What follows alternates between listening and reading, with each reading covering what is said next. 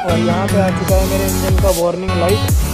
तो भाई बाइक चल चुकी है हमारी 651 किलोमीटर और कुछ इस तरीके का हाल है इसका। तो जी दोस्तों, मिल चुकी है रास्ते में हमें बारिश और हम हो चुके हैं पूरे तैयार। दिल्ली जाना है, पेट्रोल पंप होगा क्या जी दोस्तों? हम पहुंच चुके हैं आगरा लखनऊ एक्सप्रेस वे पे। मतलब यहाँ से हमें लेना है लेफ़्ट और हम पहुंच जाएंगे आगरा लखनऊ एक्सप्रेस वे के लिए। तो भाई आगरा लखनऊ एक्सप्रेस वे के नीचे ही बस एक बाइक मैकेनिक वाला था। तो मेरी चेन बिल्कुल सूख गई थी, ड्राई हो गई थी 500 किलोमीटर चलने के बाद। तो मैंने उसको ल्यूब कराया, क्योंकि अब जो है वो 300 किलोमीटर लगभग सीधा ही चलना है, 321 किलोमीटर। तो गड़बड़ हो जाती है अगर ड्राई चेन पे चला देता मैं, तो चेन ख़राब हो जाती है। तो इस वजह से वहाँ टाइम थोड़ा सा ज़्यादा लग गया उस चीज़ को ढूंढने के लिए। देख रो ये है आगरा 316 किलोमीटर। तो भाई अभी बज रहे हैं 3:32 और अगर मैं 100 की स्पीड पे चला तो कंटिन्यूसली, तो ये मेरे को लगेगा इस पर 3 घंटा। तो देखते हैं, मतलब अब मेरे को लग रहा है कि शायद मैं 10 बजे के आसपास घर पहुंचूंगा। पहले इरादा था 8 साढ़े 8 तक दिखा रहा था पहुंचने के लिए, बट अब लग रहा है थोड़ा सा टाइम लग जाएगा। बट कोई नहीं यार, अब जितना भी ट्रैफिक वाला एरिया था ना वो सारा का सारा सब कवर अप हो गया। अब सीधा एक्सप्रेस वे पे आगरा मोहन, तो यही है मेरे ख्याल से एक्सप्रेस वे के लिए जाने के लिए।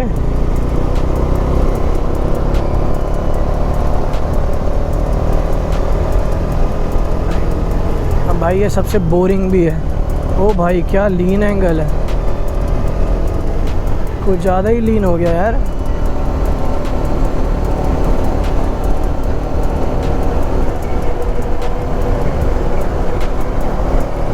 भाई पहली बार अपनी बाइक को इतना लीन किया है मैंने।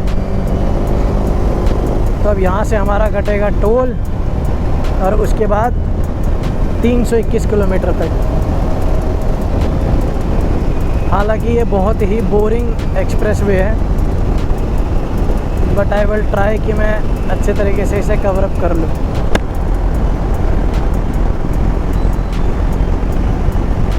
तो नेक्स्ट एग्ज़िट है 63 किलोमीटर पे।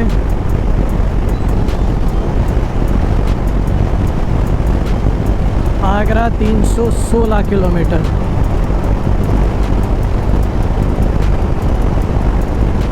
चलो जी, अब कमर कस लो और एक बराबर बैठे रहो एक्सप्रेस वे पे जाने के लिए। वैसे जब मैं आ रहा था ना तो ये बहुत ही बोरिंग लग रहा था। मतलब बोरिंग तो इन द सेंस कि मतलब इंटरेस्टिंग तो था ही मेरे लिए, क्योंकि मैं तो पहली बार ही जा रहा था इस पे, ठीक है। बट ये है कि मतलब मैं ऐसा लग रहा था कि यार कब ख़त्म होगा, कब ख़त्म होगा, कब ख़त्म होगा। तो कभी भी मेरा ऐसा मानना है कि कोई भी रास्ता जब आप नहीं देखे होते हो ना तो बहुत लंबा लगता है, जब आप उसको देख लेते हो ना तो वो बाद में छोटा लगने लगता है। तो मेरे को लगता है कि मैं 316 किलोमीटर भी खींच ही दूँगा। 100 की स्पीड रखूँगा मैं एक बराबर। वही है, जो पेट्रोल के लिए हॉल्ट लेना पड़ेगा तो वो लेना पड़ेगा, और इस पे पेट्रोल के लिए कॉम्प्रोमाइज़ नहीं भाई, जहाँ पे दिख जाए वहाँ डलवा लो।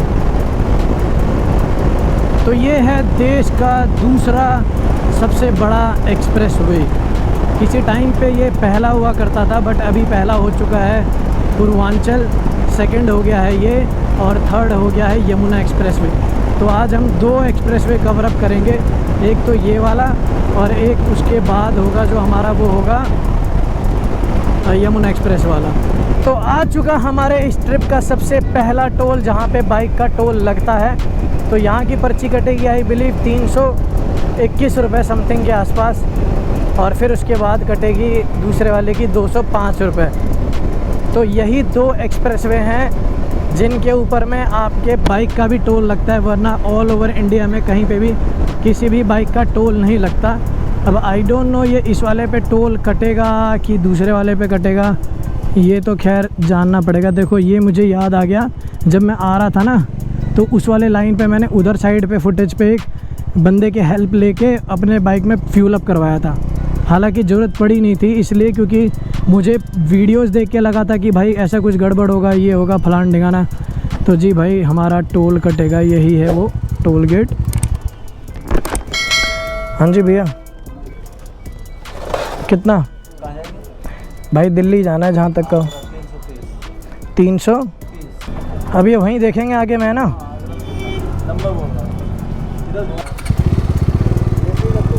चलो जी, पहला टोल कट चुका है हमारा 321 किलोमीटर। यार मेरे को एक चीज़ समझ नहीं आती यार, जब भी मैं इस एक्सप्रेस वे पे आता हूँ मेरी बाइक में मतलब कूलेंट हाई टेम्परेचर क्यों दिखाने लगता है।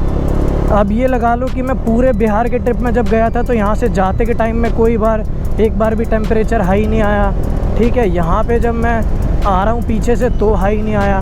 जैसे इस एक्सप्रेस वे पे चढ़ता हूँ भाई हाई टेम्परेचर आ जाता है, मुझे समझ नहीं आता। और जबकि इससे ज़्यादा रफ्तार में खींच के मैं पीछे से लेके आता हूँ, उसके बाद भी समझ नहीं आता क्या है। और ये पहली बार ऐसा हुआ है, जाते टाइम में भी हुआ था और आते टाइम भी हुआ था। अब इसका रीज़न तो भाई ये बाइक ही जाने। मेरे को ऐसा लगता है कि मैं शायद कंटिन्यूसली इस पर खींचता हूँ ना, और फिर एकदम से हवा का फ्लो बंद होता है तो वो कूलेंट गर्म हो जाता होगा।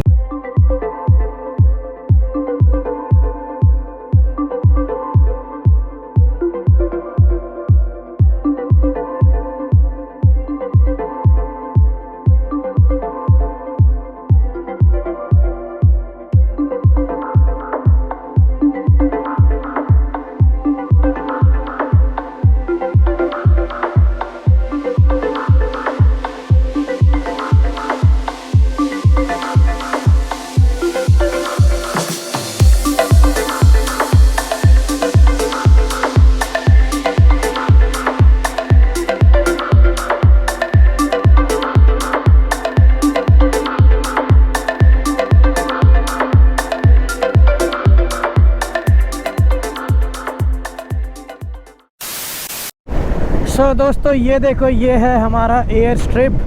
तो इमरजेंसी के अंदर में इस एक्सप्रेस वे पे कभी भी कोई फाइटर प्लेन लैंड कर सकता है, तो ये है एयर स्ट्रिप। वैसे मैंने कई सारी वीडियोज़ में देखा है, पहले ये नहीं हुआ करता था, अब ये डाल दिया है। तो अगर कभी इमरजेंसी पड़ा तो इस एक्सप्रेस वे पे फाइटर प्लेन्स भी लैंड कर सकती है। तो लगभग 100 किलोमीटर का रास्ता हम कवर अप कर चुके हैं इस एक्सप्रेस वे का।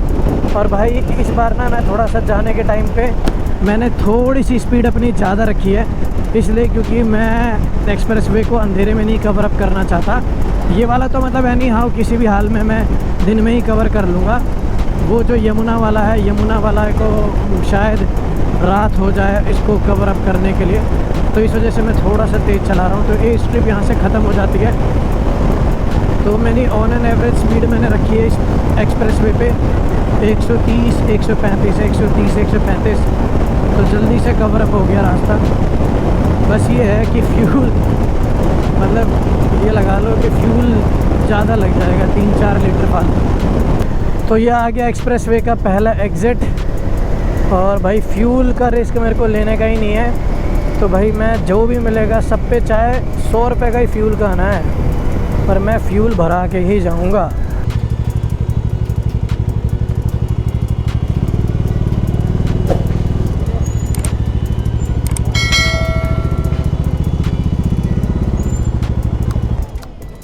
यार इसके बाद जो पेट्रोल पंप है वो कितने किलोमीटर पे है? भाई फिर तो रिस्क लेना ही नहीं है, 500 कर दो।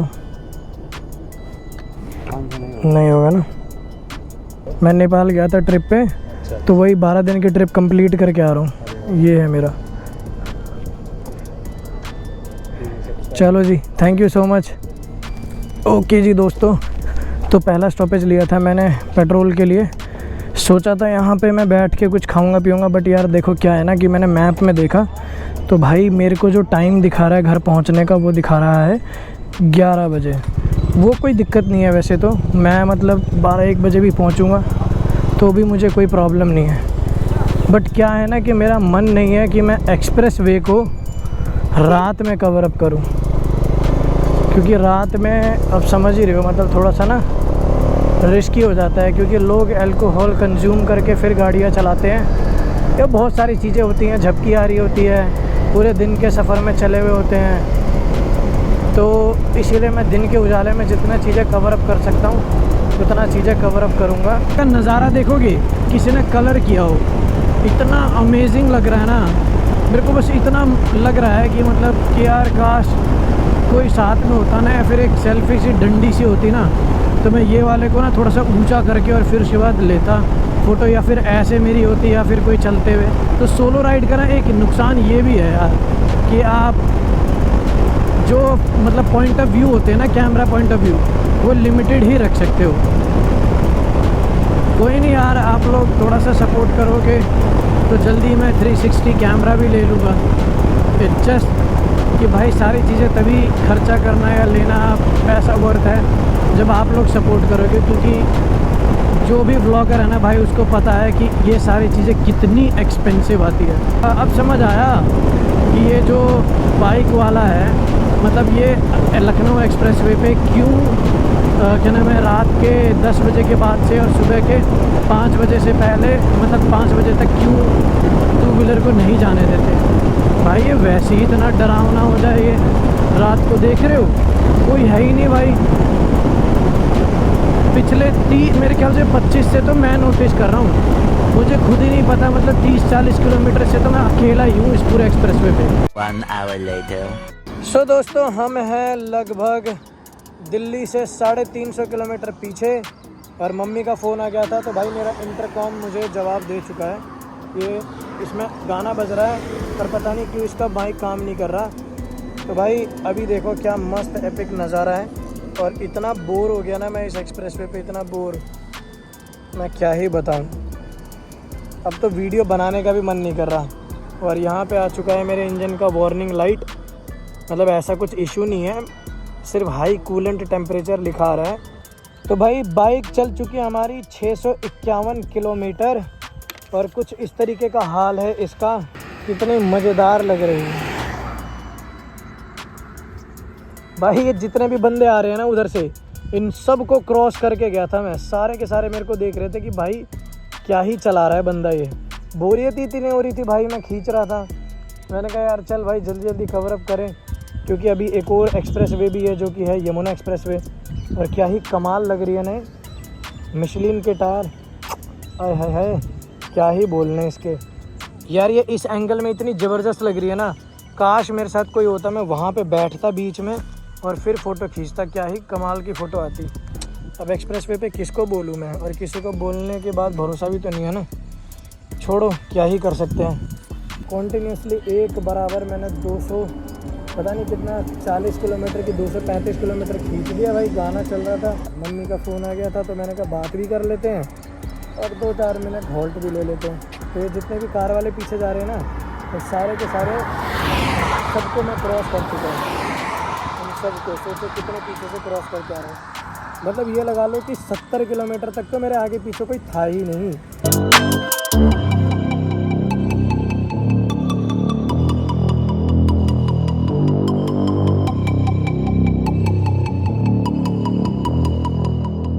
A few moments later. यार मौसम देखना कितना भयंकर हो गया। अभी पूरा अच्छा खासा था, अब ये लग रहा है बारिश होगी नहीं, कहीं हो रही होगी।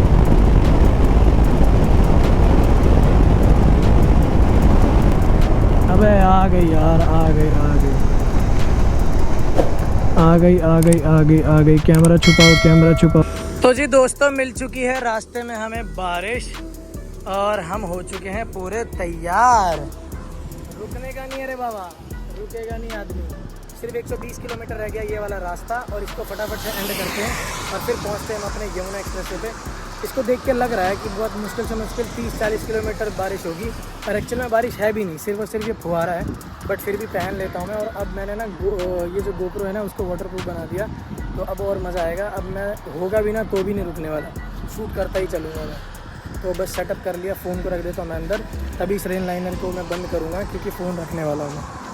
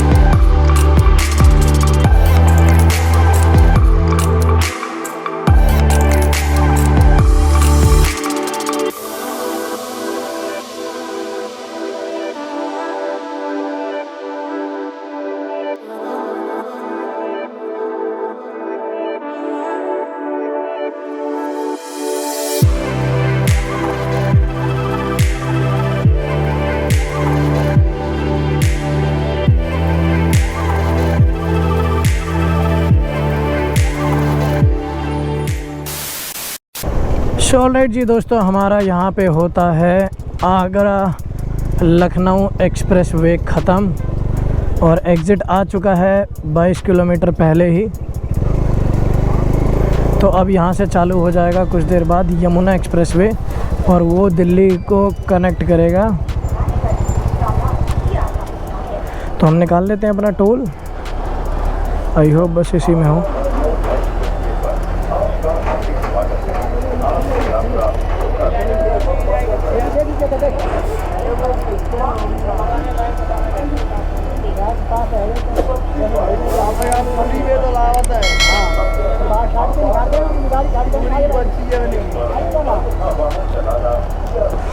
अच्छा, तो मतलब फ़ास्ट सर्विस मिल रही है हमको जब ट्रैफिक होती है तो। चलो जी, अब ये काम का नहीं है किसी भी, और यहाँ पे हमें करना पड़ेगा रिफ्यूल। क्या कैलकुलेशन थी एग्जैक्ट मेरी।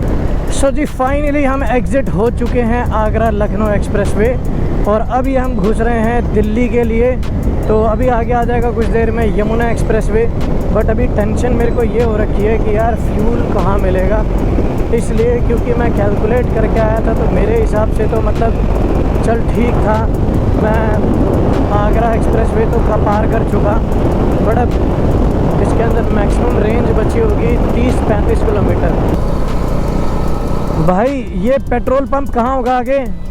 पेट्रोल पंप आगे पड़ेगा। कितना किलोमीटर होगा? 40? अच्छा भाई, मैंने कहा रेंज ही नहीं है। मैं तो डर गया भाई। भाई मेरी जान सूख गई। बंदा कह रहा है कि चार उंगली दिखा रहा है। मैंने कहा 40 किलोमीटर दूर आगे इधर से दिल्ली जाना है। पेट्रोल पंप होगा आगे उस रास्ते पे तो। अच्छा, फिर वापस इस पे आने के लिए फ्लाईओवर पड़ेगा ना, हाँ उसके बगल से नीचे ही है, उसके पुलिया नीचे घूमकर सीधे खड़ जाना। ओके चलो जी। A few moments later. फिर अब ये बस पेट्रोल फुल करेगा। ऑलराइट जी दोस्तों, तो फ्यूल हो गया है हमारा टॉपअप। घर वालों से इतनी देर में बात भी कर ली और ये हम आ गए आगरा टू नोएडा एक्सप्रेसवे। तो ये लास्ट एक्सप्रेसवे है। इसके बाद हम सीधा सीधा तो क्या, मतलब घर के पास ही एक तरीके से करीब है, इतना भी दूर नहीं है। तो ये वाला एक्सप्रेसवे अच्छा सा लगता है मेरे को, पता नहीं क्यों। तो और ऐसा लगता है कि मतलब घर के पास भी है, शायद इस वजह से ऐसा लगता है कि अच्छा लगता है। तो ये ज़्यादा लंबा भी नहीं है, मतलब आराम से खींचो तो भी कवर अप हो जाएगा 2 घंटे के अंदर अंदर। अगर मैं 100 की स्पीड भी लेके चलूँ तो भी 2 किलो, ये देख लो 165 किलो दिल्ली एग्जिट, 165 165 किलोमीटर में पूरा ख़त्म है। तो इस वजह से ये मेरे को प्यारा सा एक्सप्रेसवे लगता है।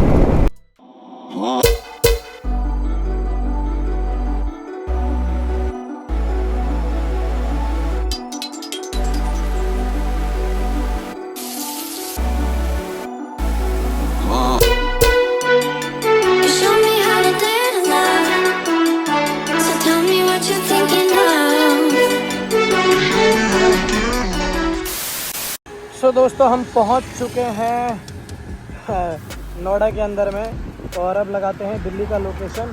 तो फाइनली मैंने रास्ता पूरा कवर अप कर लिया भाई। बीच में शूट इसलिए नहीं किया क्योंकि बारिश आ रही थी और बहुत जल्दी मेरे को कवर अप करना था, तो बस इसी चक्कर में मैंने बीच में शूट नहीं किया। वैसे भी बहुत ज़्यादा अंधेरा था एक्सप्रेसवे पे।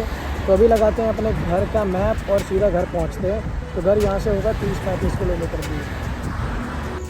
तो दोस्तों फाइनली हम पहुँच गए हैं अपने घर पे और टाइम हो रहा है इस टाइम, मतलब ये तो खैर गलत टाइम है।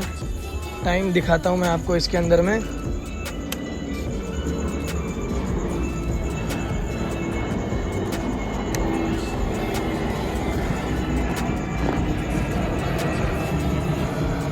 टाइम हो रहा है 11:03 और जो टोटल किलोमीटर चली है 999.9। सो दोस्तों जस्ट अभी पहुंचा हूं और सामान निकाल के और अपने शूज़ वगैरह निकाले हैं।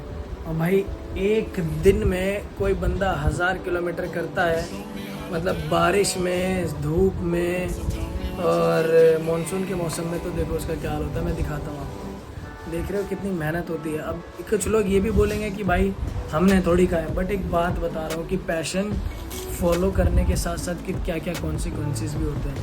ठीक है, मेरे पैर ना इस बार गीले नहीं हुए, ठीक है, और शूज़ पहनने की वजह से ये देखो क्या हुआ, दिख रहे हैं, ये देखो अब दिख रहा होगा आपको। सॉक्स और शूज़ कॉन्टीन्यूसली 1000 किलोमीटर पहने रहने की वजह से।